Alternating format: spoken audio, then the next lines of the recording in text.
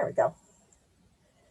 People can listen to our little chats about the weather, but that way I won't forget to turn it on for those people who can't be here tonight and do want to check in on things. So I've got 9 o'clock. So let me pray for us and let's kind of jump into week 2. All right. Father, thank you so much for this time that you've carved out for us and for your presence here with us. There's just so much to learn and so much to do. And so help us just to lean back into you and know that you have promised to equip us for what you call us for. And you are going to be faithful to that promise. So we just thank you for the privilege of walking alongside those who are hurting. And we ask you always give us your eyes and your ears and your heart with everyone that we meet. And we pray together in Jesus' name. Amen. All right, let's let in a couple more people here. Comes Kimberly and Terry.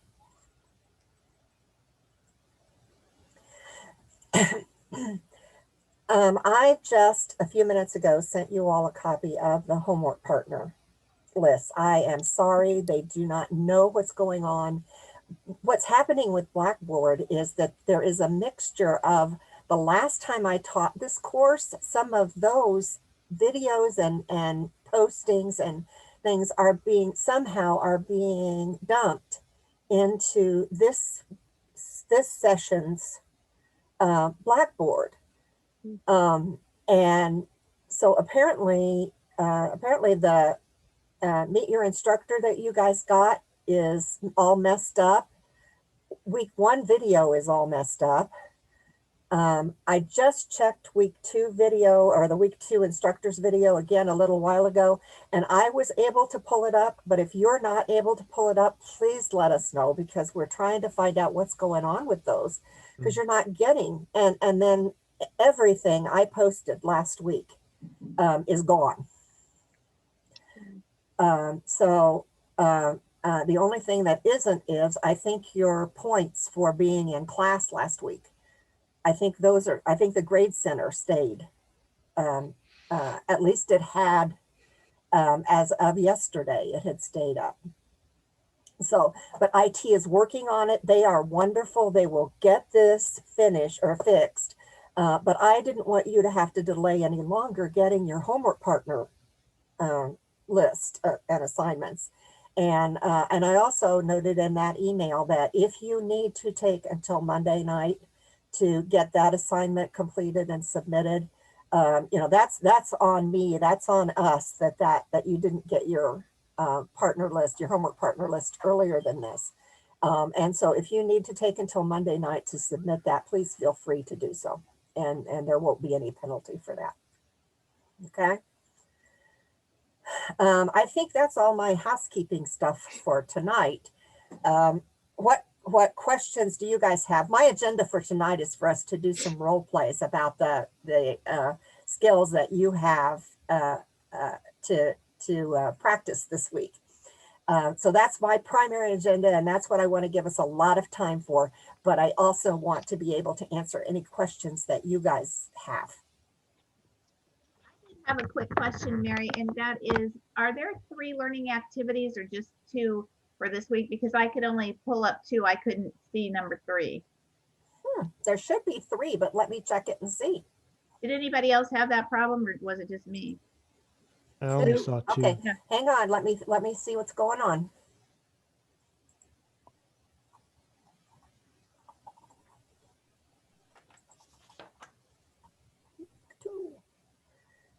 Homework partner activity 1, homework part. No, I've got 3. I've got, here, let me. Well, it says 3 in the top, but when you click on learning activity 3, nothing comes up. It's because it's a quiz, isn't it? Oh. I'll bet they haven't released it to you yet. Let me see if I'm able to go in and do that, because they weren't releasing the quizzes ahead of time to us. So let me see if I'm able to go in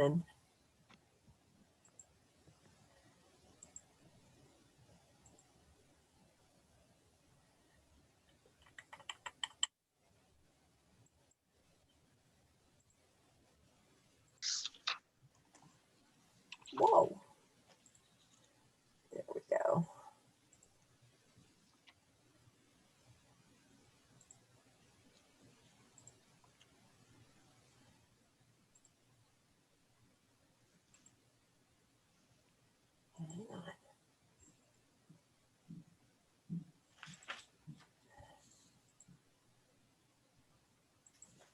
Oh, now Zoom is being snarky.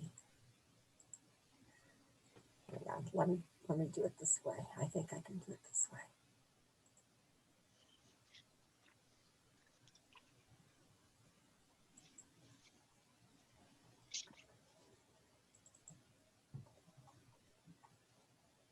Cross your fingers. Yeah, they haven't released it to you yet. Let's do this. Now see if you can pull it up. Oh, okay.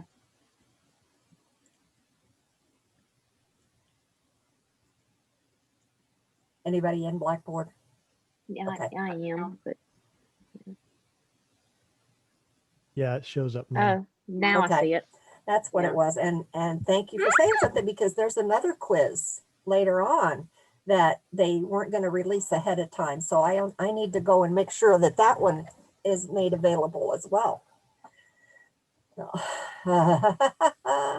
Well, we'll get through this all together, guys. That's but thank you for mentioning that, because I would have just been waiting to get the results of your quizzes and not. I didn't not even paying see any LA attention. 3 when I first pulled it up. All I saw was 1 and 2. I didn't even Yeah, see the 3 yeah. when That's I first. what I thought. Yeah. Yeah, Yeah. there are typically 3 learning assignments Yeah. each week, which is different from when we started out, because we used to have 5 each week. So used to be 2 discussion boards, a paper, and 2 other assignments each week. And so they have really worked on, the team has really worked on streamlining that and making them things that count, making them things that are important. So other questions, other things that you've caught? Yeah, I have a Marissa? question. Do you want peer-reviewed sources used in discussion post responses? So You when may use peer-reviewed okay, they're not resources. required.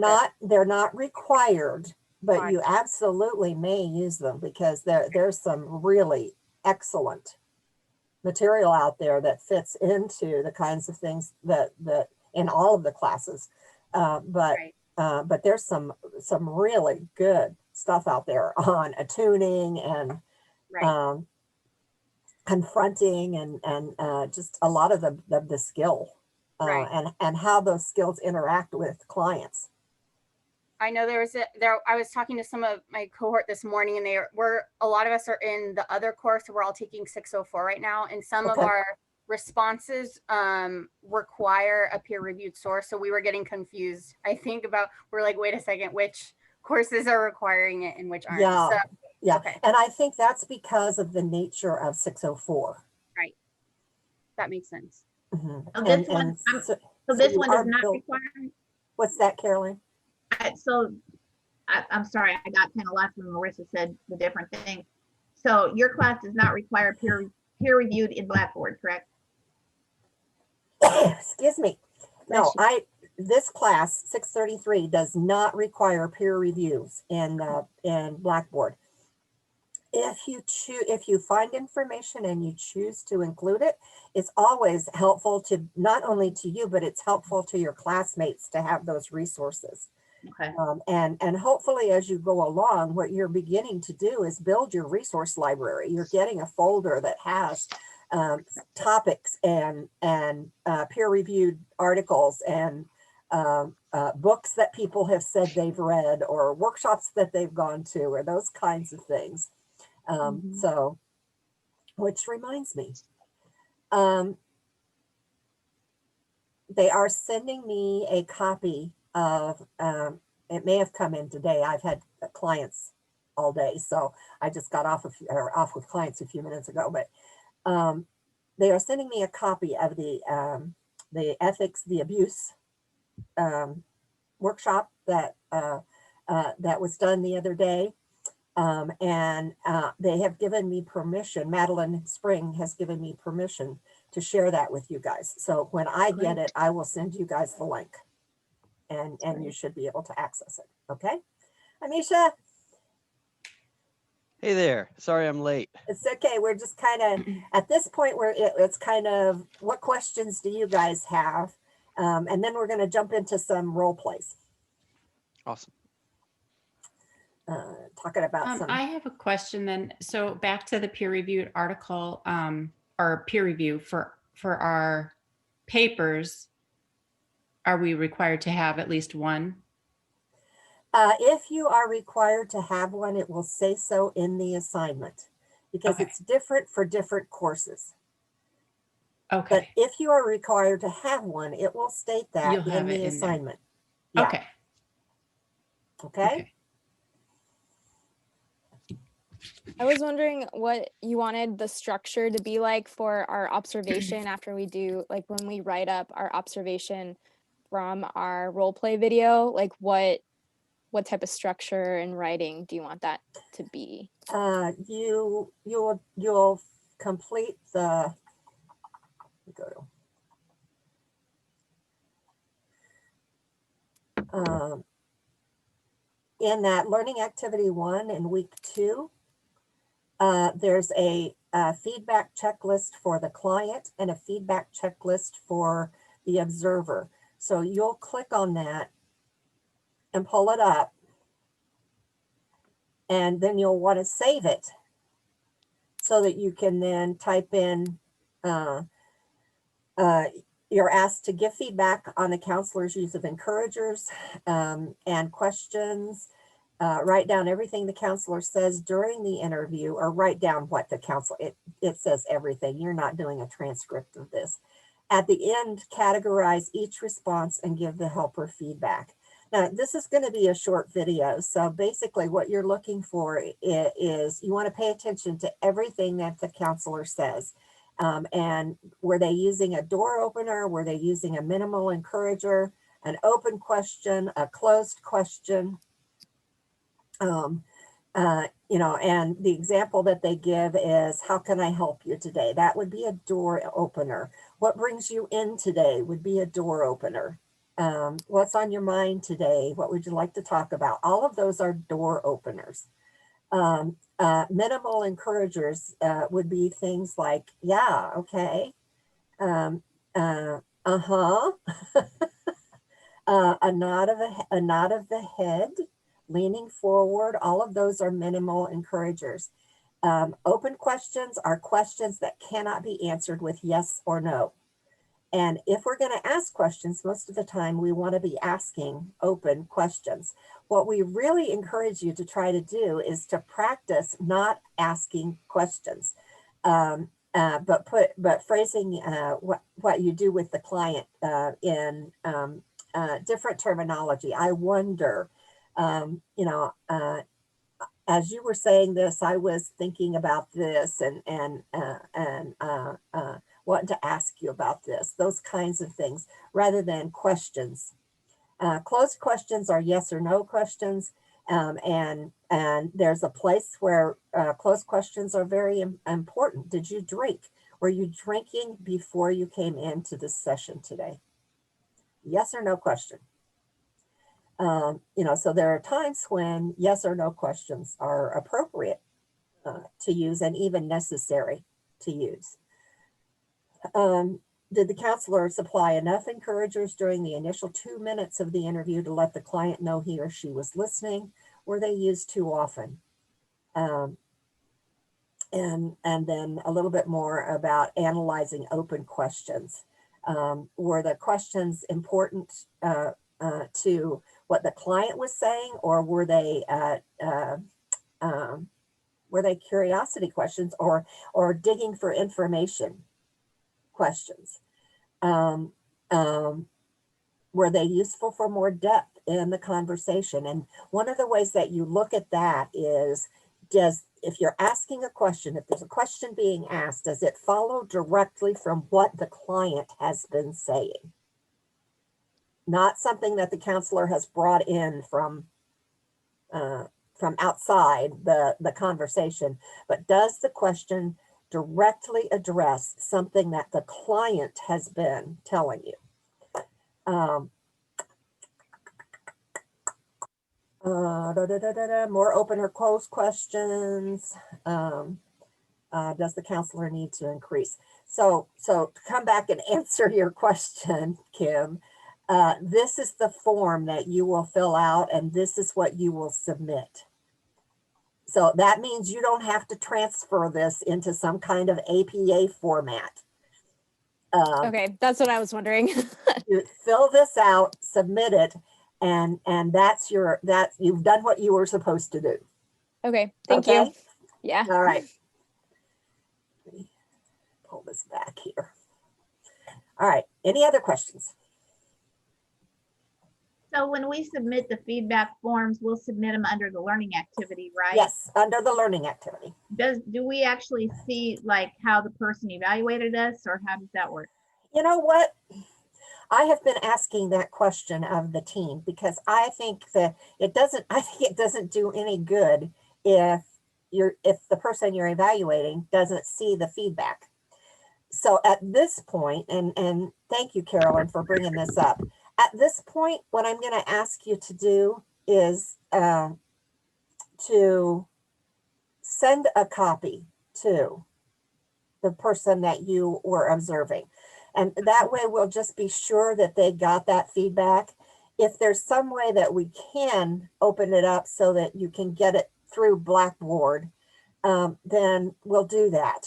But for right now, let's just send a copy of that because it's more valuable to you than it is for you to have to send it to me. You need credit for it.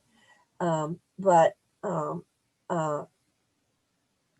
to me, the assignment has not been purposeful if you don't get the feedback sheets. Okay. It's probably So easier your to- client feedback sheet should go to your counselor, go back to the counselor, and the observer feedback sheet. So you should get 2 of those. Okay.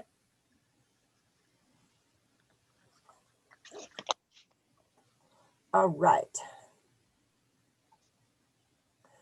I want to be sure that we have time to do some role plays here. I posted a couple of videos on attunement, and I thought we might just watch. They're short, so I thought we might just watch them. Where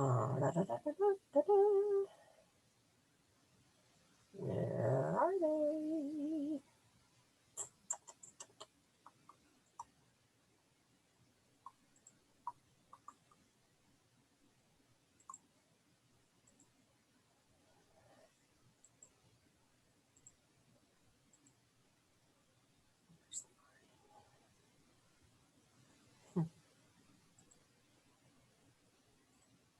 Okay. Hang on.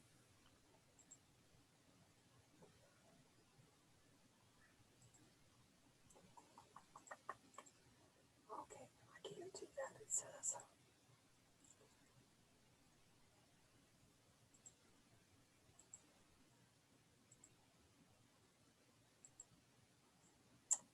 No, let's see if it will let me do it.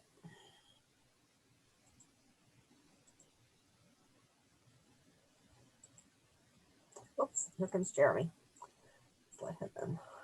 There we go. Now it's going to let me do it. Attuning skills, also called reflective listening skills or active listening skills, they really lay the foundation for working with our clients. If we don't have that therapeutic relationship in place, and you're going to read a lot about therapeutic relationship in Young this week too. If we don't have that therapeutic relationship in place, if we don't take time to build and nurture that, we're not going to be able to do anything else with our clients because they're not going to trust us. And so the therapeutic relationship is the bedrock of what we do with our clients. It really determines any progress that they're really able to make in therapy. and we build that therapeutic relationship through attuning over and over and over and over again. We come back to attuning.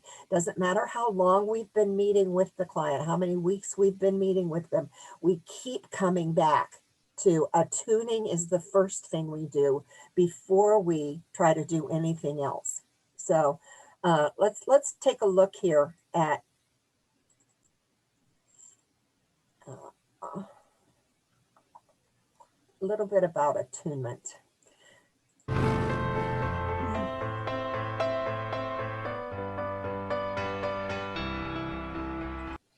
This video, I'm going to interrupt it here for a minute. These two videos come from the Erickson Institute or the Erickson Foundation. And Erickson was a leader in providing some structure to Carl Rogers' client-centered therapy. A lot of the criticism about client-centered therapy was, all you're doing is repeating back to the client what they've said. And Erickson, a lot through education, what he was doing with education, but he layered in that walking alongside the client and helping the client to explore themselves. Hi, this is Jeff Zeig, and I'm in my office in Milton Erickson Foundation in Phoenix, Arizona, and we're now doing Series 2, 2018 series, of 5-minute therapy tips, 5-minute tips for therapists. So thank you for joining me. It was our first year. It was very successful. We're continuing the second year. And I thought the topic that I would talk about is a topic that I'm currently working on for a book. It's a topic called attunement. Now, attunement could be considered the social, physiological, psychological basis from which empathy happens. Therapists, for example, every therapist learns how to be empathic. The patient comes in and says, I'm feeling sad, and the therapist has a reflective empathy, a verbal empathy, and says, well, seems like you're feeling a little down today. And the purpose of bringing forward the understructure of the emotion is to allow the patient to continue to explore at deeper and deeper levels some of the emotion about the problem that's bothering them. So if a patient came in and said, it's really a beautiful day, the therapist could reflectively, empathically reply, you're feeling good today. And that would be bringing forward from the communication, from the understructure, the emotion, and reflecting it back verbally. Now, one of the topics that we've been talking about in our first series is how to take something good and make it a little bit better, how to take something and make it more three-dimensional, how to take something and make it more experiential. And attunement is a unconsciously coordinated social response. Now, that response could be generated in an intentional way by the communicator. There's research about attunement. It's a scientifically studied phenomena. And if you Google social mimicry, you'll find the work, for example, of Tanya Chartrand at Duke, who has studied extensively the social psychology of social mimicry. And this demonstrates that if you do social mimicry, you can increase responsiveness, you can increase likability, you increase rapport. So I have practiced this in psychotherapy so much that I don't even think about it anymore immediately when I'm meeting a client, because I really want to understand something about their experience. I do attunement. So what I've done is I've asked one of our staff members, Rachel, who does marketing for the Erickson Foundation, graphic design, if she would come into the picture for a minute and pose as a patient, because social mimicry, attunement is something that needs to be demonstrated. It can't just be discussed. So Rachel, come in and we're imagining that you're the client. Okay. So as Rachel comes in, actually, she did a little bit of social mimicry with me because she placed her hands on her lap in a way that is parallel, and my hands are paralleling her. Rachel is tilting her head just a little bit to her left, so I'm tilting my head a little bit to the right.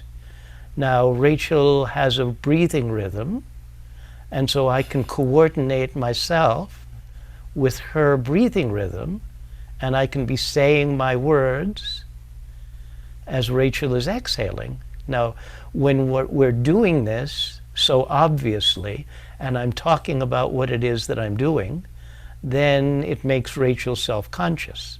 So we wouldn't want to do social mimicry in a way that made somebody self-conscious. We wouldn't want to do attunement in a way that made somebody self-conscious. But if we waited and we used a 1 second delay and didn't do exact mirroring, but somewhat close. So for example, if Rachel is sitting with her left foot slightly in front of her right, maybe I would move my body similarly. And I'm attuning myself to her. And the reason for attuning myself to her is I really want to have her feel comfortable and at ease. Now, I can attune myself to the blink rate that Rachel has and attune my eye blink to her eye blink. Now, that would probably be something that would be outside of her awareness, as as timing my words to the rhythm of Rachel's breathing. And those would probably be something that would be outside of her awareness. But this creates a rapport, and it creates a likability, and it's been studied extensively in scientific psychology, in this area of social psychology that I've been talking about. Now, let's return to this idea of attunement as a basis of empathy. Attunement is a limbic kind of communication. It is hardwired into the social system. It's why geese flock, it's why cattle's herd, it's why fish school. This is an automatic response where you are responding without the necessity of conscious mediation. This is built into the system. It's part of our evolutionary design. When we use limbic communication, we are speaking at a more experiential level. Limbic communication is where problems live. Problems do not live in cortical layers. Problems live in limbic layers. We communicate limbically to help people to realize their capacity to change in a psychotherapy situation. So we'll continue. This is Jeff Zeig, and with another 5-minute therapy tip. Thank you so much.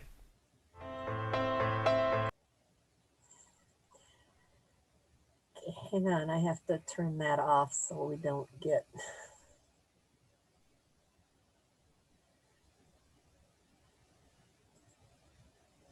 There we go.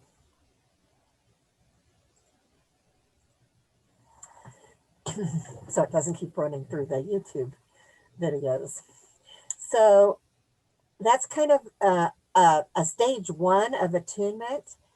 What do you think about paying attention to your client's breathing and mirroring being more than just what you say, but also what you do in that client setting?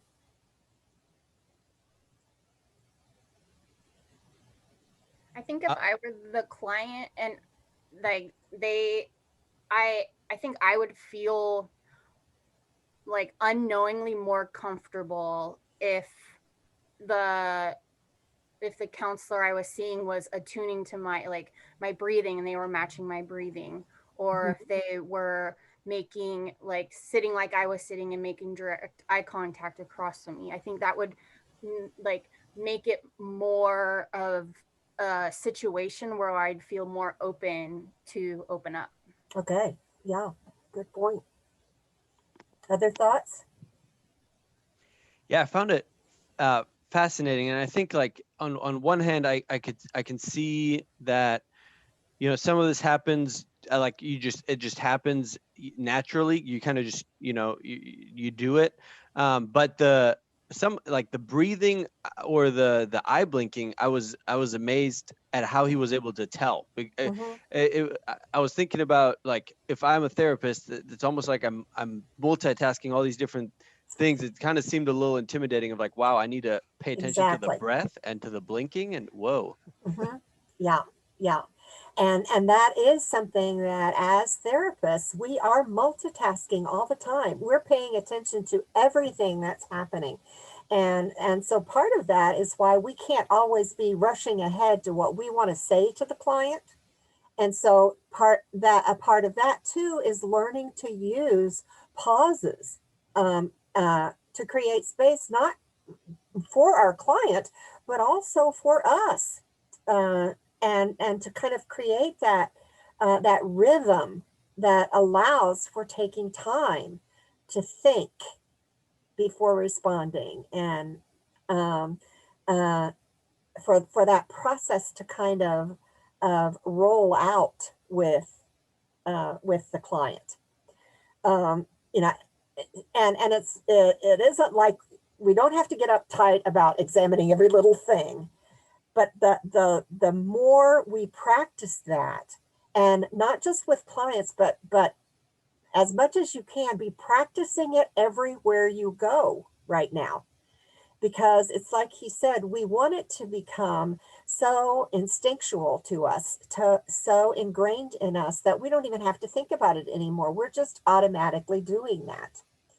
And some of that is the mindset of, I'm here to understand this person. That's my goal. I'm not here to do therapy. I'm not here to fix them. I am here to enter into their world and walk alongside them as they are pursuing growth.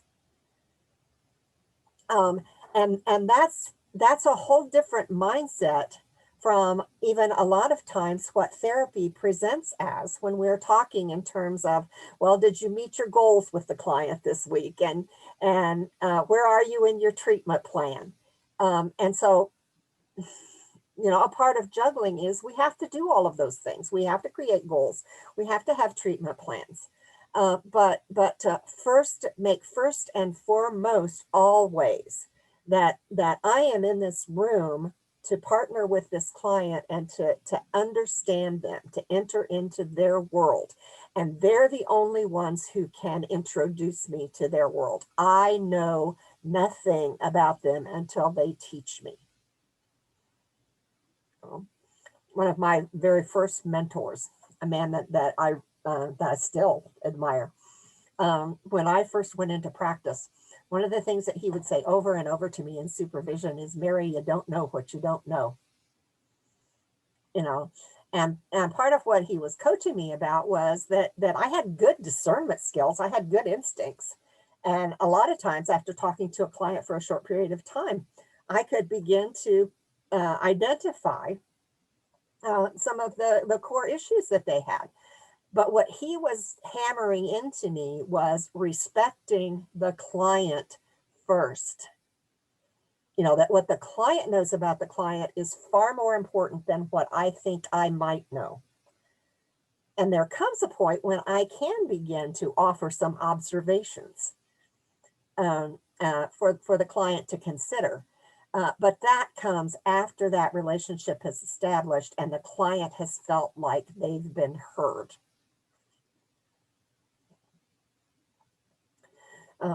So other thoughts about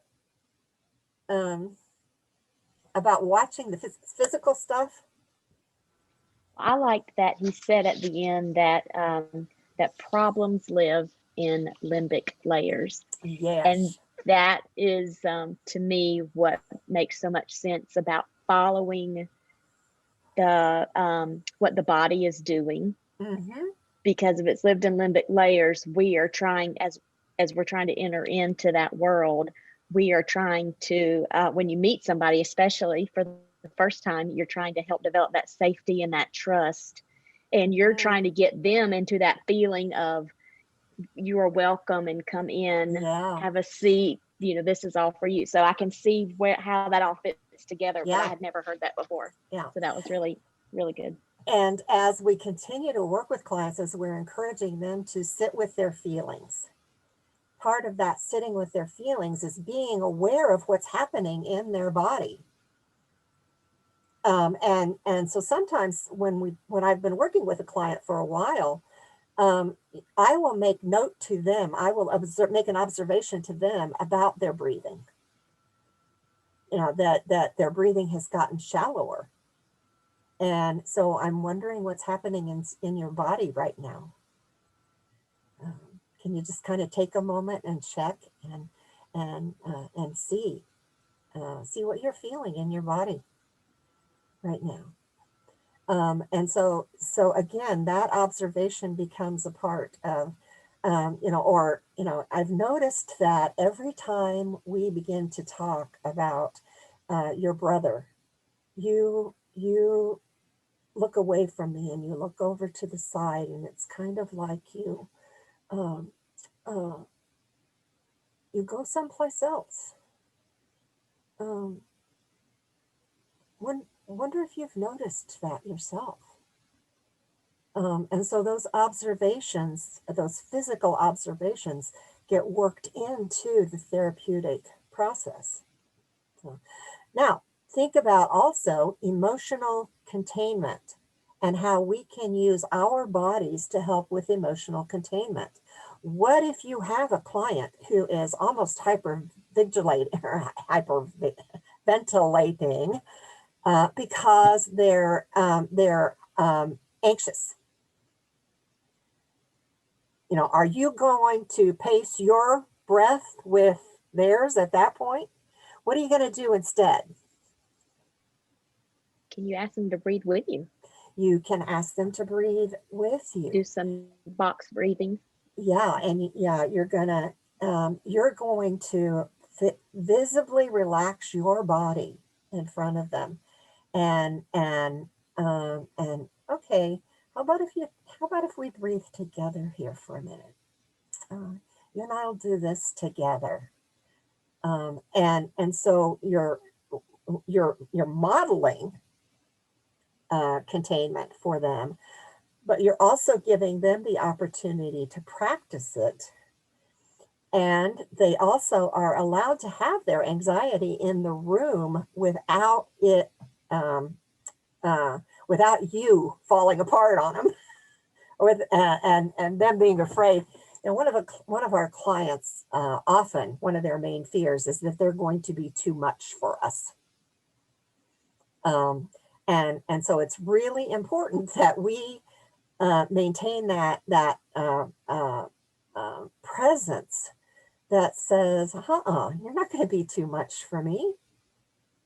I'm going to be right here walking alongside you, whatever we get into, and that doesn't mean that sometimes you're not internally going to feel like you want to run from the room screaming, but it is what you focus in and how you stay with the client. Then you may go to supervision or go to a peer and say, oh, that was a really rough session. And I was having a difficult time staying present with my client or whatever else. But that's where the debriefing becomes so important. So, watching time here. Let's do part 2 of the video.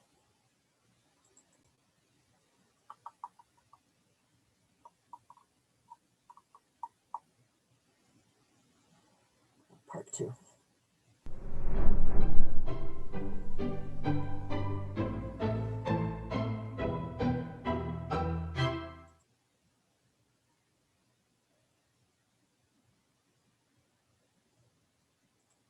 There we go.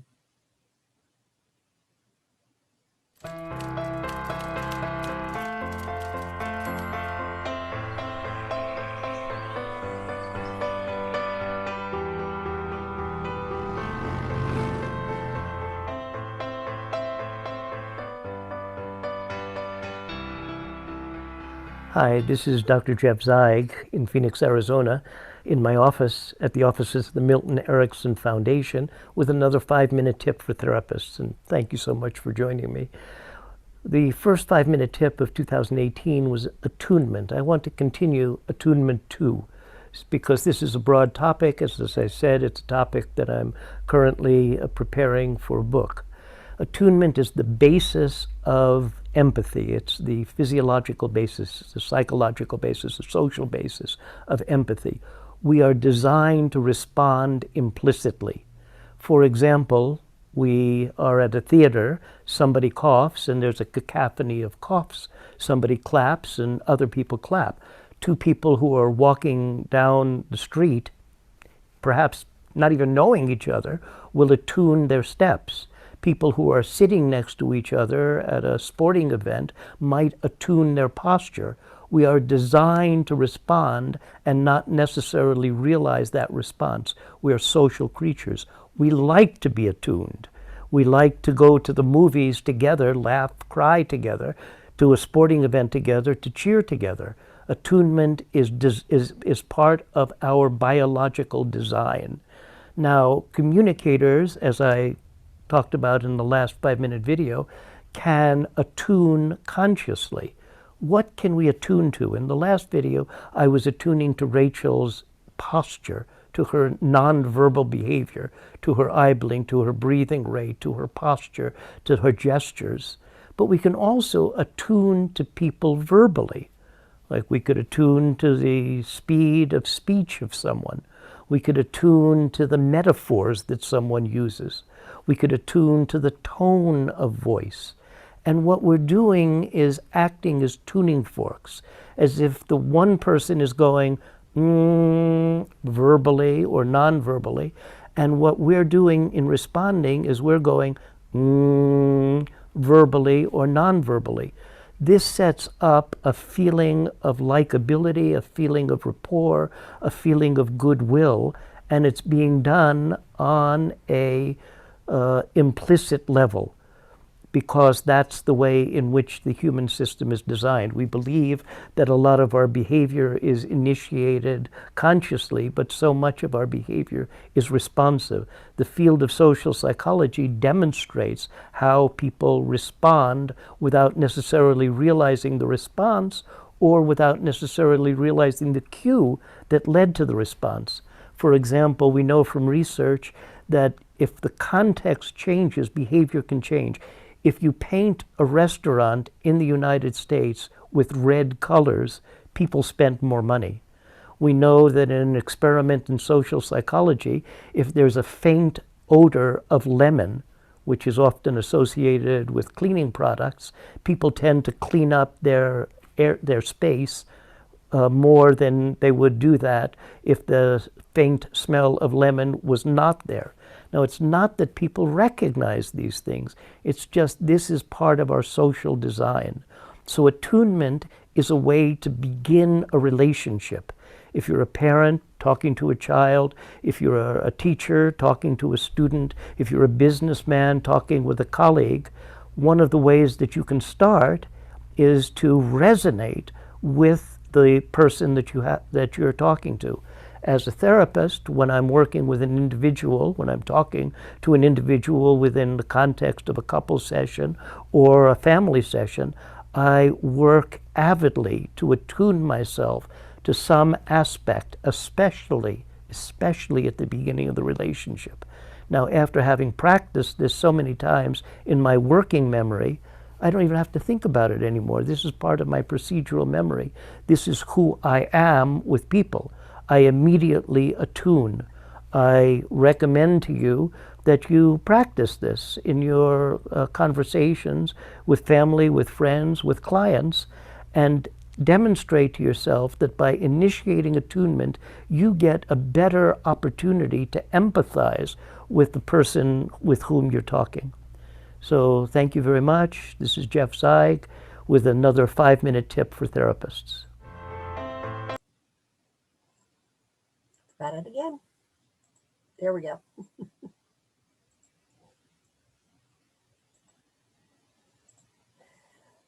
All right, so what did he layer in that second time? What did you hear him layering in? Attune verbally. Attuning verbally, yeah. You know And what? how do we do that?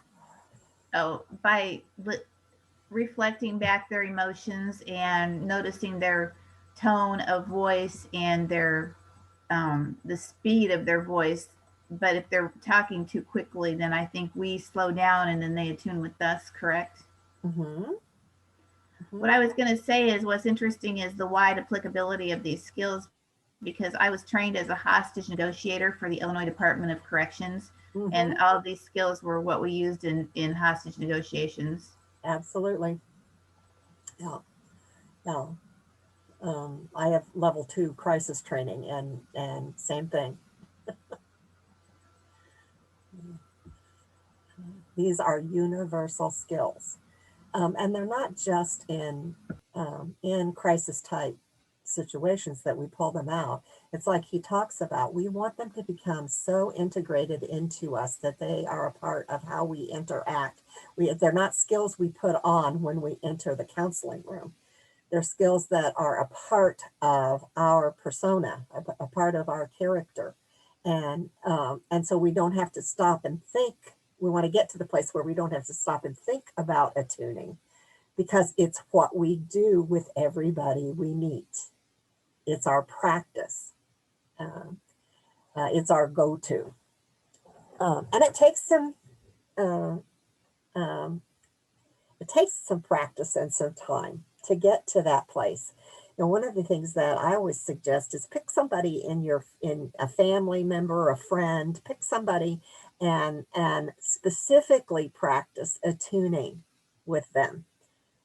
Listening to them, reflecting back what you're hearing them saying, without making any comments or expressing your opinion or your side or thought of things. Just listen to them. And one of the places where this is immensely effective is with children and adolescents. To resist the temptation to correct or to teach or whatever. Not that there are not appropriate times to do those kinds of things, but to resist the temptation sometimes to do that and listen, hear them, explore what they're saying, however outrageous sometimes it might be. Explore where those thoughts and those feelings are coming from. Becomes really important in times of crisis like we've been in, when it's so difficult for our children and for adolescents to be able to express what's going on with them. It's so confusing for them. And attuning skills can really be helpful with that. Other thoughts that you have?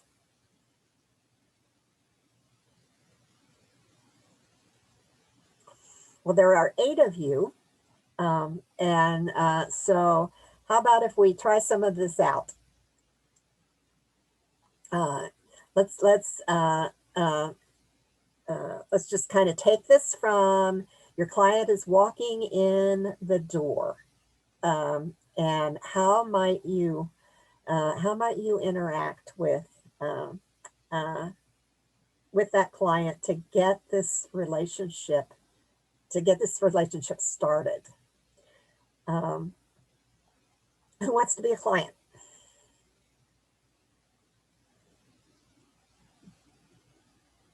Okay, thank you, Marissa. Who wants to be a counselor? Okay, thanks, Carolyn. Everybody else is going to be observers. So, Marissa, if you would just come up with something that, not real deep, but just something to give Carolyn an opportunity to practice maybe some of those opening skills. Okay? Yep. Hi, Carolyn. Hi, Marissa. It's nice to meet you. Please have a seat. How are you doing today? I'm doing okay. How are you? I'm doing well. I was really looking forward to talking with you. How could I help you today? I'm just here to try this out and try something new and maybe get some help with some feelings. Okay, so you'd like to get some help with feelings, and this is a new experience for you? Yes, it is. It's something I've never done before. Wow. Mm-hmm. I think I wanted to come in today too because I've been feeling super jealous of my friend recently. And I don't like the way I'm feeling about it. So you've really been experiencing some feelings of jealousy toward your friend Tiffany. Yes. Yeah, and it's making me uncomfortable that I'm feeling that way because I love my friend. She's a really good friend of mine. Right. So she's a really good friend to you, and because you're feeling jealous, that's what's causing you to feel uncomfortable with how you're actually feeling. Yes, exactly. I don't really know where to go from here. I want to figure out why I feel jealous because I want to be happy for her instead of jealous of her. Okay, so you're curious about why you're feeling that way about her, and it sounds like maybe you're just um, not comfortable with feeling jealous, and you'd rather feel happy instead of feeling jealous. Right. Yeah, because I think it she's going through something really exciting in her life and she's doing something really big, and I'm having a really hard time being happy, and I feel like I'm always the person who celebrates other people, and this time I'm having a really hard time doing that. Yeah, it sounds like you're struggling because normally you would be celebrating, and that's just not happening for you right now. Right. Yeah, yeah, it's making me real uncomfortable. Okay. Should we Okay. keep? Oh, okay. I didn't know when we were supposed to stop. I'm sorry. I'm just kind of doing a couple minutes. I think you've got 3 to 5 minutes this time on your video, and so just kind of looking at that. So, what did you see in terms of door openers?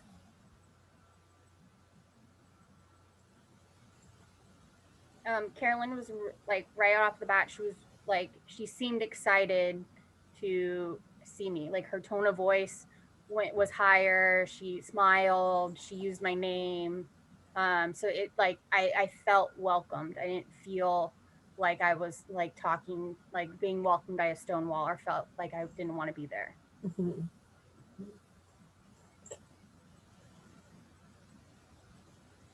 And that's important for our clients.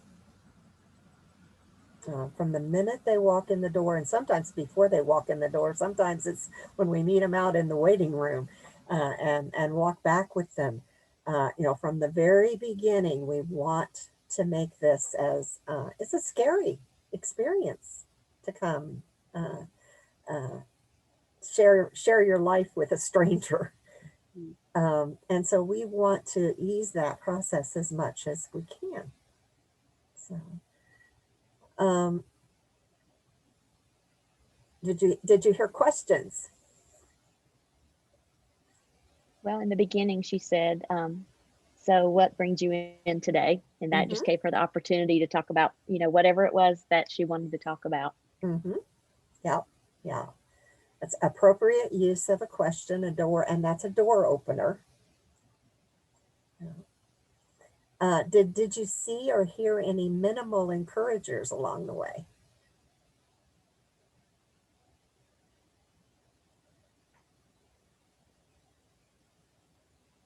I noticed that Carolyn took something that Marissa said.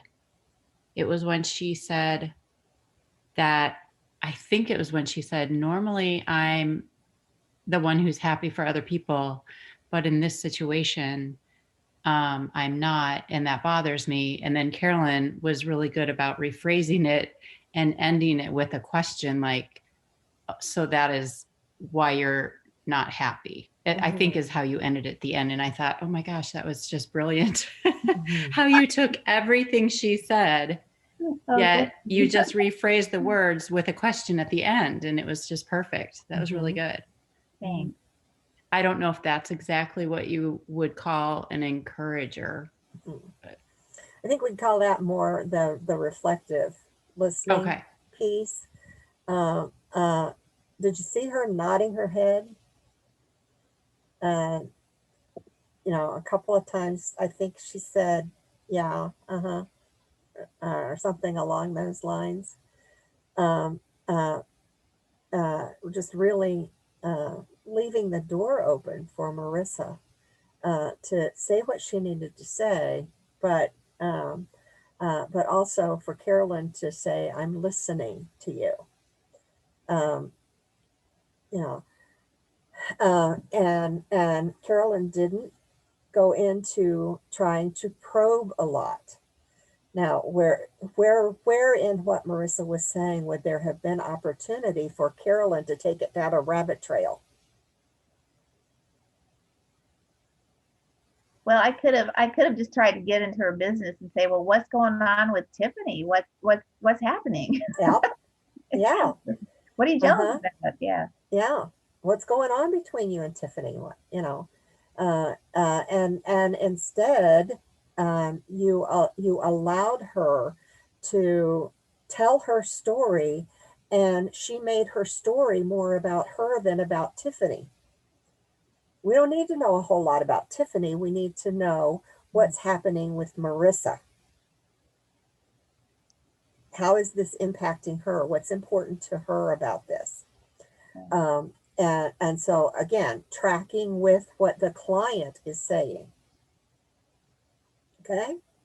Mary, I do have a crazy question though about our videos, and it's about eye contact, because like right now I'm looking right at Marissa, but I don't know if Marissa knows if I'm looking at her or not. So yeah, and we take that into consideration in your videos on in this area. Although I am going to say, because we are doing so much telehealth, and there's a pretty good chance that anywhere you go, you're going to. I think telehealth is probably going to stay around because we found out that we've kind of created evidence that it works. It's not the first choice for everybody or every situation, but we have demonstrated that it can be effective. And I think telehealth is going to stay around. And so one of the things that is important is that we be able to set up our video equipment so that there is at least the appearance of that we are looking directly at the client. Well, yeah, because I mean, I hear what you're saying, but if I were to look like at my camera, I can't mirror her body language. I can't see her. So that's why it's so important that you be able to get your monitor and your camera in a position where you can look at the camera. Like right now, my camera is set up so that I can look straight ahead into the camera, but I can see every single one of you on the monitor in front of me. okay. When I work with clients, when I meet with my clients, my camera is set up so that I can look directly into the monitor, and my client is on the screen right in front of me. So I'm being able to see what they're doing, but there's also the impression, the video impression, that I am looking directly at them. And that takes some practice to do that. It's not natural. It's difficult with different camera setups. You have to get your equipment set up to the place where it works that way. But we take into account too that this is a new skill for you. Videotaping yourself is for most of you is a new skill. And so we're looking at some of the other elements beyond eye contact. Okay? Yes, 50% of the grade, like being able to actually use the technology. Yeah. Nah, at this point, nope. I hope not, because I just have my laptop. I don't have anything extensive in terms of equipment, Wendy. So Mhm. Mhm. Well, what I was thinking is I'm not a very technical person. So, me neither. you know, like Yeah. I can get on Zoom, I can record to Zoom, but that is about the extent of my technology. So, Yeah. Yeah. Yeah. And that's part of why we have you do some of these things, is because you will need to have some skills with technology. Um, you know, whether you're doing telehealth or not, you're still going to have some skills with technology, and this is a good place to learn them, a good place to practice them. That's, you know, I'm I hope none of us are looking for perfect production pieces.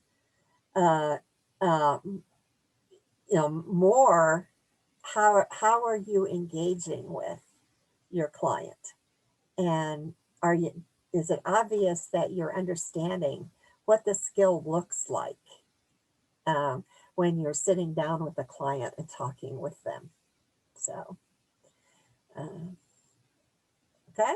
And if you've got concerns along the way, if there's something that you have a question about, um, uh, bring the video in and into class, or call me, and we'll hook up and we'll take a look at it and we'll see, okay, what's going on here and what needs to happen.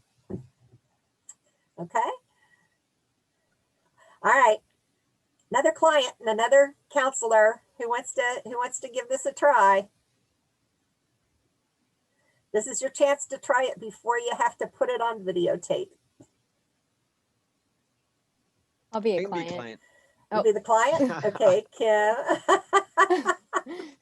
Do you want to be the counselor or the client? I don't care. I can be either.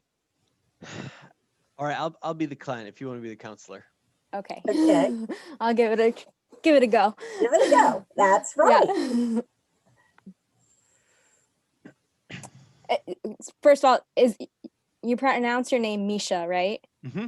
Yes. Okay, great. I just want to get that correct. Yes. Hi, Misha. Hey, Kim, how are you? Pretty good. Why don't you come on back to my office? Sounds great. Thanks. Awesome. So what brings you in today? Yeah, I am just really having a hard time with my work-life balance, and I'm feeling stressed a lot, and it needs to change. I don't really. It's hard to keep to make life work like that. Okay, I'm going to stop you, Misha. I don't want to interrupt your train of thought, but are you watching Kim's body language as she listens to him? She's kind of nodding her head. This is a minimal encourager. Okay. I want to do some of that in real time. Okay, Misha, go ahead. Okay. Yes, I'm just having a hard time with I feel like my stress is up, and it's bugging me. Yeah, your stress seems to be up when you're at work. Mm-hmm. Yeah. Work has been stressful, and it's hard for me to kind of shut work off when I go home.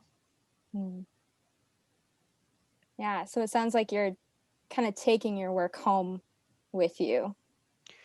Yeah, and it's it's frustrating because I want to be present with my family and want to be there, but in my mind it's just one thing after another, just racing around. Yeah.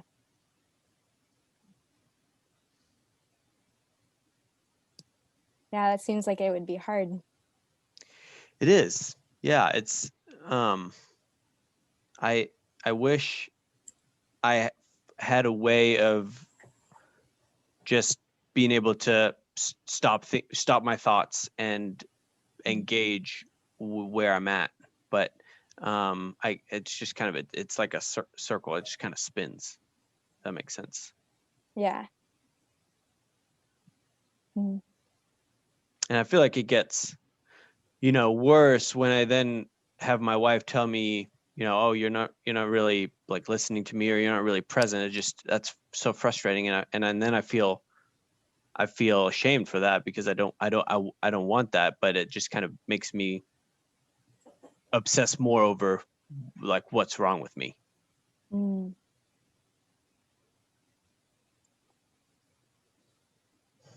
Yeah. And you just feel like your thoughts are spinning when you're around with your family and with your wife. Mm-hmm. Yeah. And man, I don't really know. It's not, I mean, work has been more stressful, but I can't really figure out what has changed, because I've not always been this way, Hmm. Yeah. Yeah, I feel like I don't know, maybe in the last year or so, this has started to be a problem where, where I hear my wife's feedback, and it's getting to a point where I feel like I need some help with that, because I just don't want to live like that. You don't want to live with your wife's feedback. Is that what you said? Or Yeah, I think I don't want to. I want to be present, and so her feedback is just telling me, wow, there's actually. I think her feedback was the tipping point for me. Her continuous feedback of like, wow, I guess I'm really not, getting a handle on this, and I don't want this to affect my relationships in that way. So, my wife's feedback was hard to hear, but I think it got me to the point of realizing that there's something I need to change. yeah. So by your wife's feedback is kind of what influenced your decision to come in here today. Yeah, she's important to me, and I want to be a good husband for her. Okay, let's do a timeout there. Again, what did you guys hear? Well, Kim did a lot of the tuning, and she used a lot of minimal encouragers. And Kim, I don't know if you realized it or not, but you used some very effective pauses, because you gave him more time to think. So those were some strengths that I saw. Misha, how did those pauses feel to you as thinking about being a new client? How did those pauses feel to you? Yeah, I think I think on one hand they helped me think more about what I was saying and feeling as I was saying it. So it gave me a moment to kind of check in and do that. I do think there was some sense of nervousness with that too, but I think it I would say it helped me not just, I don't know. I think it helped me think more about what was going on, instead of like hearing feedback and letting that lead me somewhere. Maybe it was more like I was the one that was leading. If that makes sense. Okay. From do you mean nervousness on my end, like doing the pauses? Is that what you meant? I think I felt a little bit of nervousness on both sides. Yeah. Yeah, I could see that. I could see that from both perspectives. One thing I thought the pauses did, though, is what really, I think that her pauses, I definitely understand that it probably felt kind of nervous, but I think the pauses helped you to get to the point where you told her, hey, what I'm really here is because my wife's feedback have helped me understand that I need some help. And, as opposed to you just are too stressed, I think it helped you get down to what part of the issue was a communication issue, maybe with your wife. So I thought it was good. So Yeah, definitely. Again, I think that is very true. I think even though it may have felt uncomfortable, I don't think it was bad. don't think it was ineffective. You know, I think it helped me process more, even though it may have felt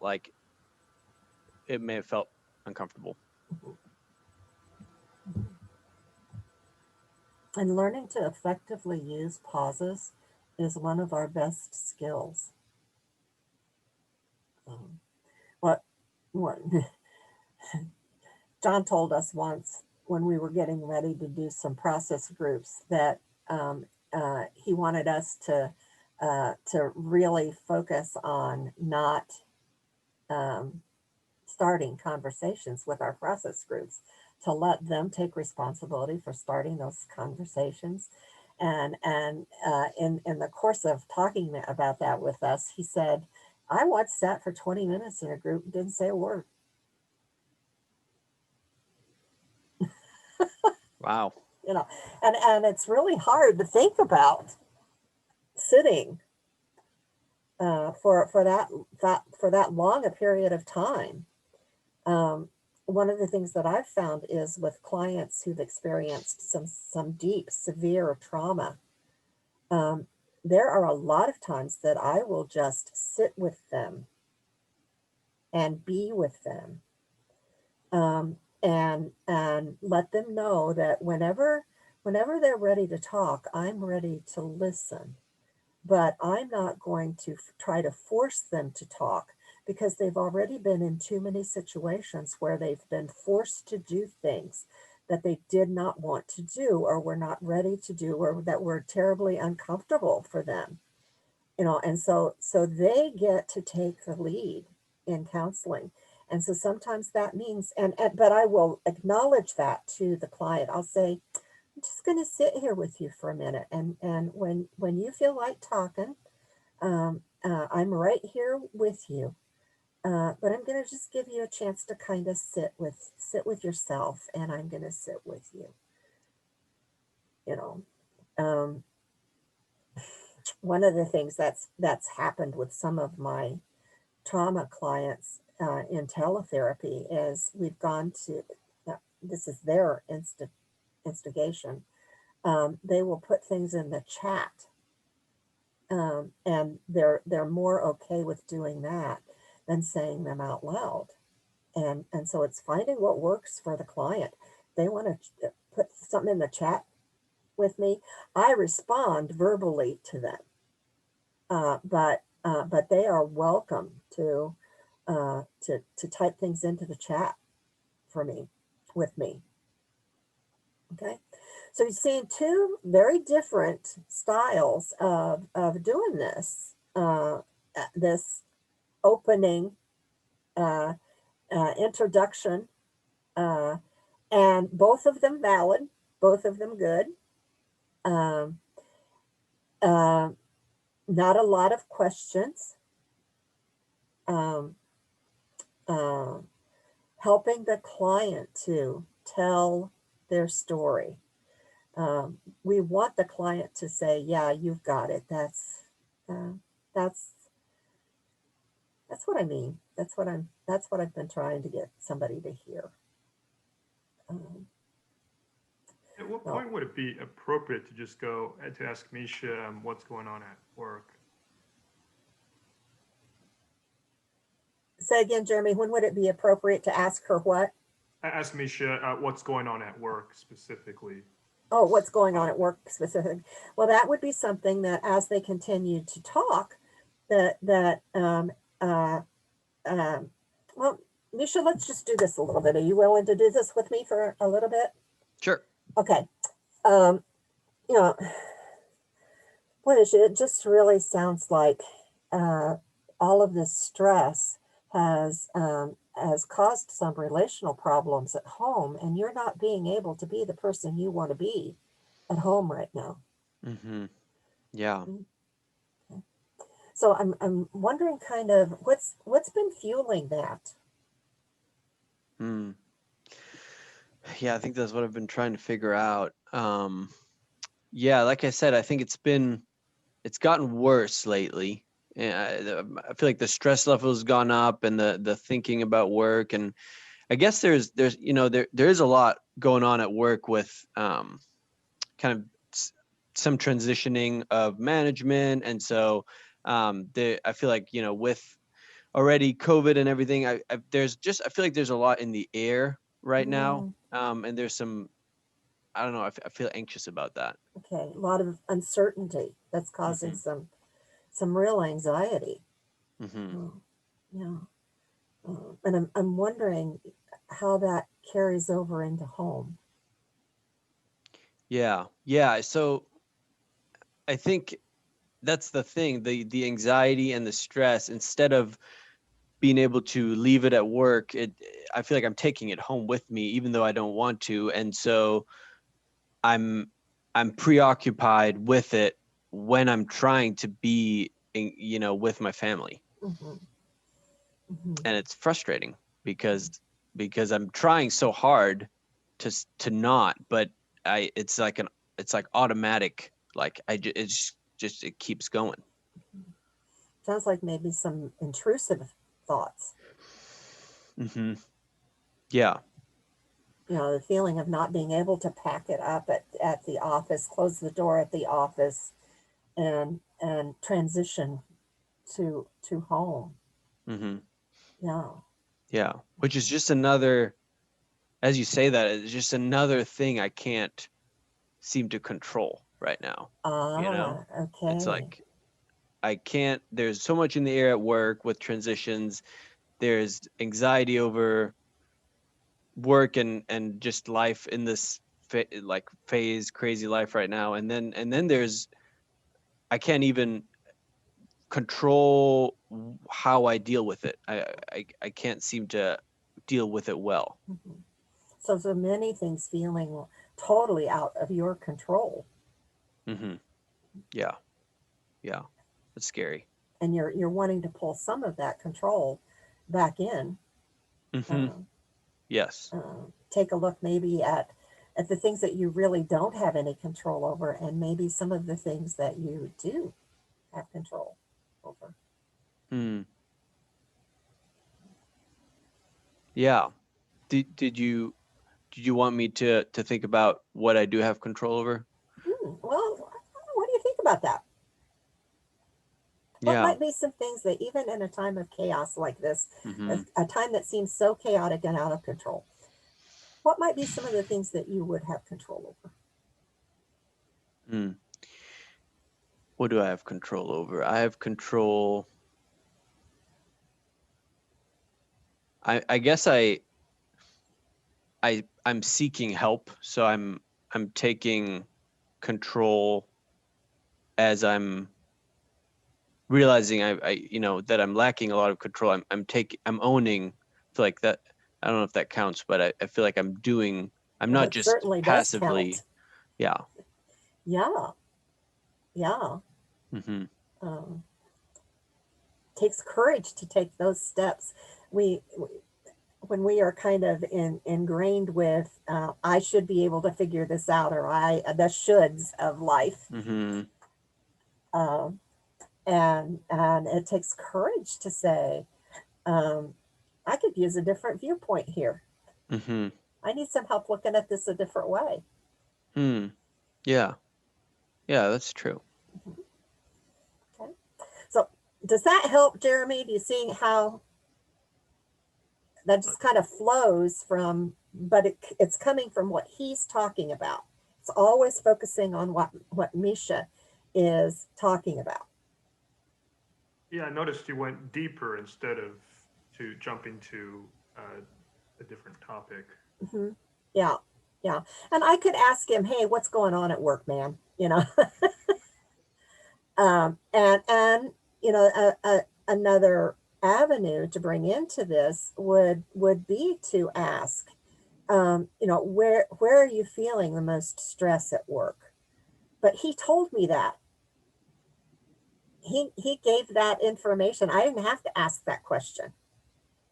He gave that information as he was putting things together in his narrative. I got that piece of information without having to ask that question. Okay.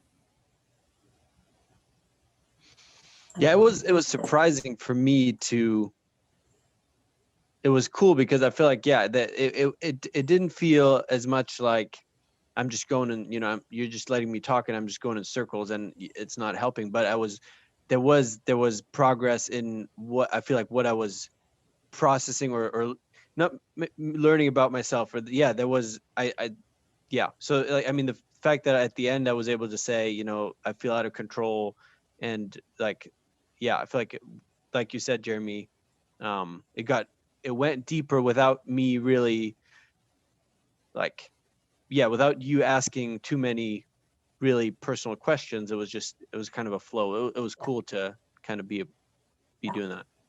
And just a little feedback for you here. When you brought up the comment about that feeling out of control, my next question to you, or my next comment to you, was going to be, sounds like you're feeling like there are a lot of things in your life that are out of your control. But you went there, and that's always, always, always better. It's we want the client to go there. Then I can meet you there. You know, but had you not identified it, then I would have brought that into the conversation and said, it really sounds to me like you're feeling like there are a lot of things out of your control right now. Oh. And I wonder if that's not a really scary place to be. Yeah. Okay. Yeah. And part of that is you're going to hear the term mentalization. Part of that is listening for and assessing your client's mentalization. How much are they living in reality? You know, and Jeremy was able to connect his thoughts as he went along, and he brought them into a place of okay, this is reality right now. Things feel out of control. Okay. Other questions? We're kind of coming to the end of our time. Is this helpful for you? Good. Good. I have a question. Yeah, So go I ahead, realized Debbie. I realized that this is like just practicing certain skills, Mm-hmm. but like, you know, in a real counseling session, I mean, I'm thinking of meeting someone for the first time.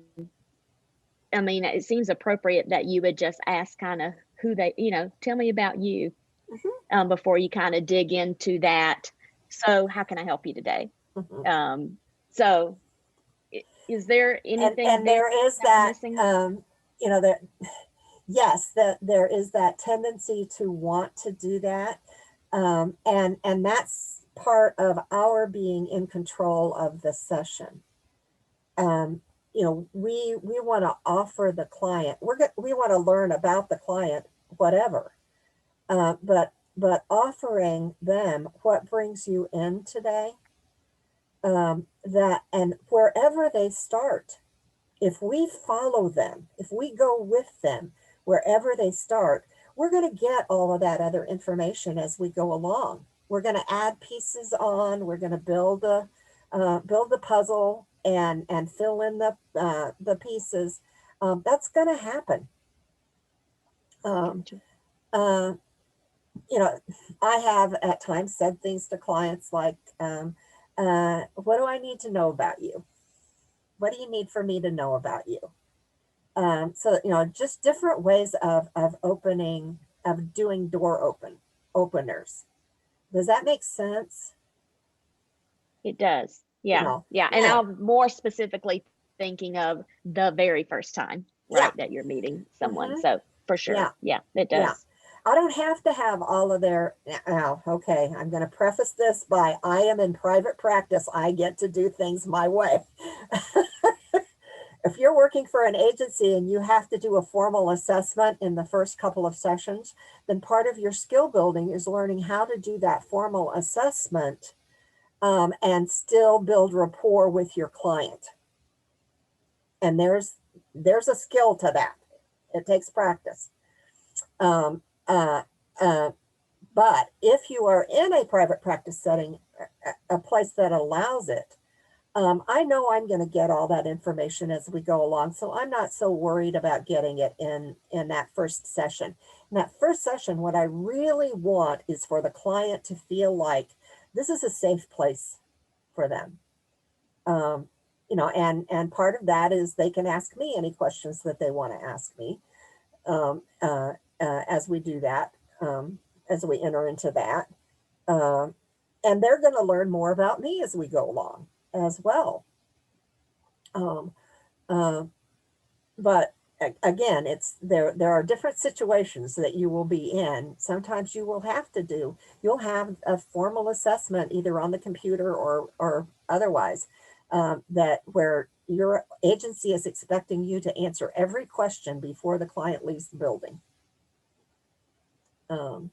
And so you have to stay on task. You can't go on rabbit trails. I have a friend who works for a hospital counseling center. And right now, they are expected to do 45 to 55-minute assessments.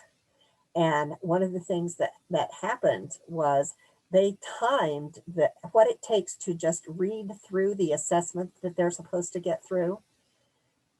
Just reading through it without getting any answer or any response from anybody took them 85 minutes. And yet they're expected to get through this with a client and get answers in 45 minutes.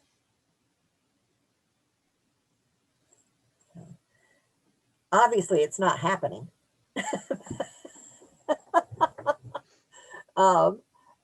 And they're finding creative ways to combine questions and to kind of work around.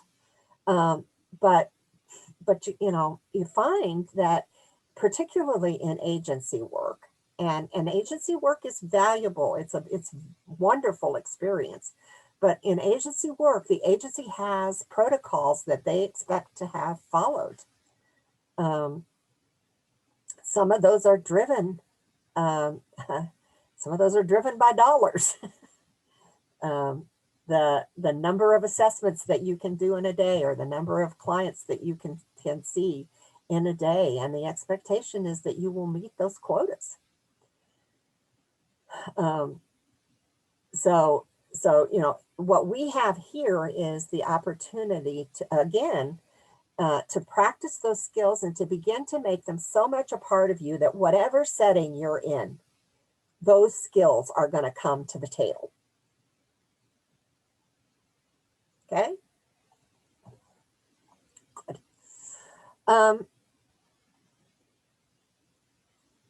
Just a little bit of caution about door openers. I typically don't ask clients, how are you today? How are you feeling today? Why would I not do that? Because that can lead to a rabbit hole. Can lead to a rabbit hole. Are they going to tell me the truth? What are they going to say to me most of the time? 9 times out of 10, they're going to say, oh, feeling fine, feeling good, feeling okay. If they were feeling okay, they would not be walking into my office. And yet by asking that question, I set up that I am expecting a response from them. And they want to please me. So they're gonna say, I'm doing okay. I'm okay today. I'm fine. Pretty good, whatever. And so there are some door opener questions like that, that I try to kind of stay away from.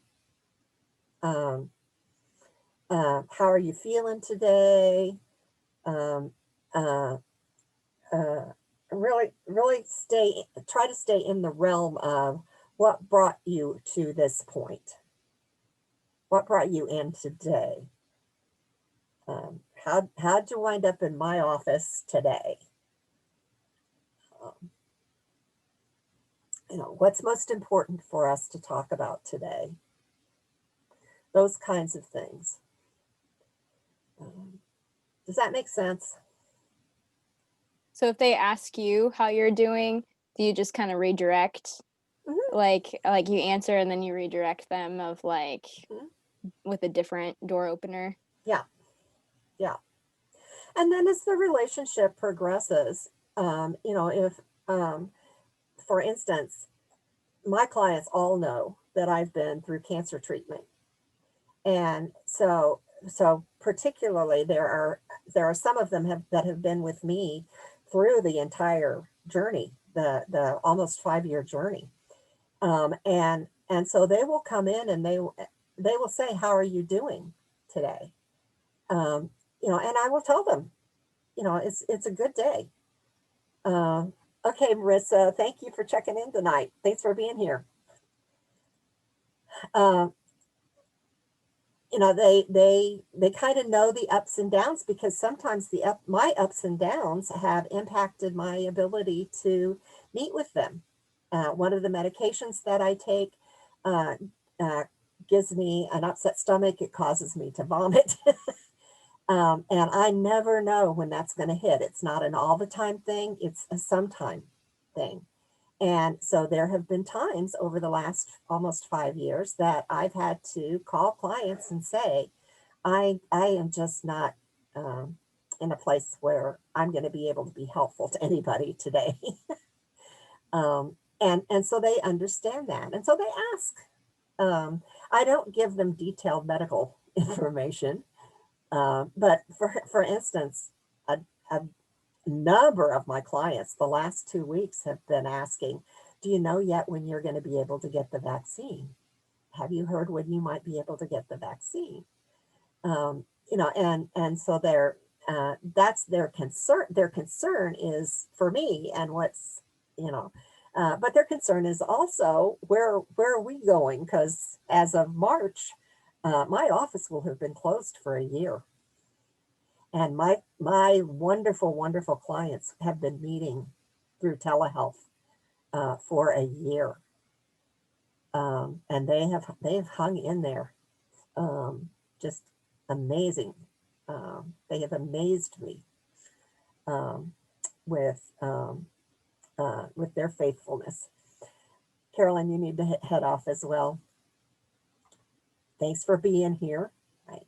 The chat popped up in front of your face, so thanks for being here. And we are going to wrap it up tonight because we're at 10:30. Thank you all for checking in and for sitting in on this tonight. Thanks you guys for being counselors and being therapists or being clients and practicing some of these skills. Have fun with them this week. There were 2 groups that I had to put 4 people in because there are 20 of you and that doesn't divide evenly by 3. So the groups that have 4 in them, and I don't remember if that's anybody that's here tonight or not, but if your group has 4, then you'll do 2 observation. You'll be an observer twice, and you'll be a client twice. So you don't have to. Am I counting right? Yes. You'll do 2 of you will be that's not right.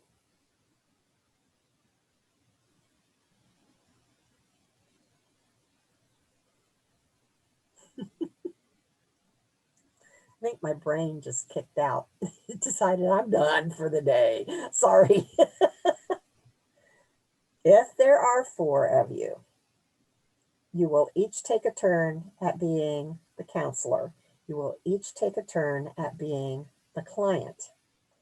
You need to be sure that then 2 of you are being observers for each therapist.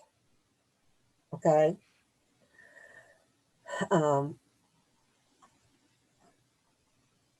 I think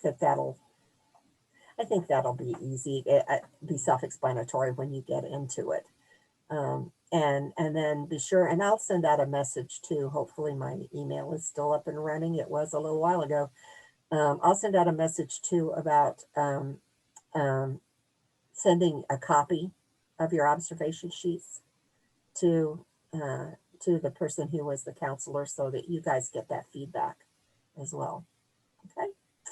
I will start grading tomorrow and be grading tomorrow and Thursday, and maybe over into Friday, or tomorrow and Wednesday, maybe over into Friday. Get a full client load on Thursday. So you should be getting some feedback on grades or on your assignments here in just a few days. Okay. Thank you all. Get a good night's rest. Have a good day tomorrow.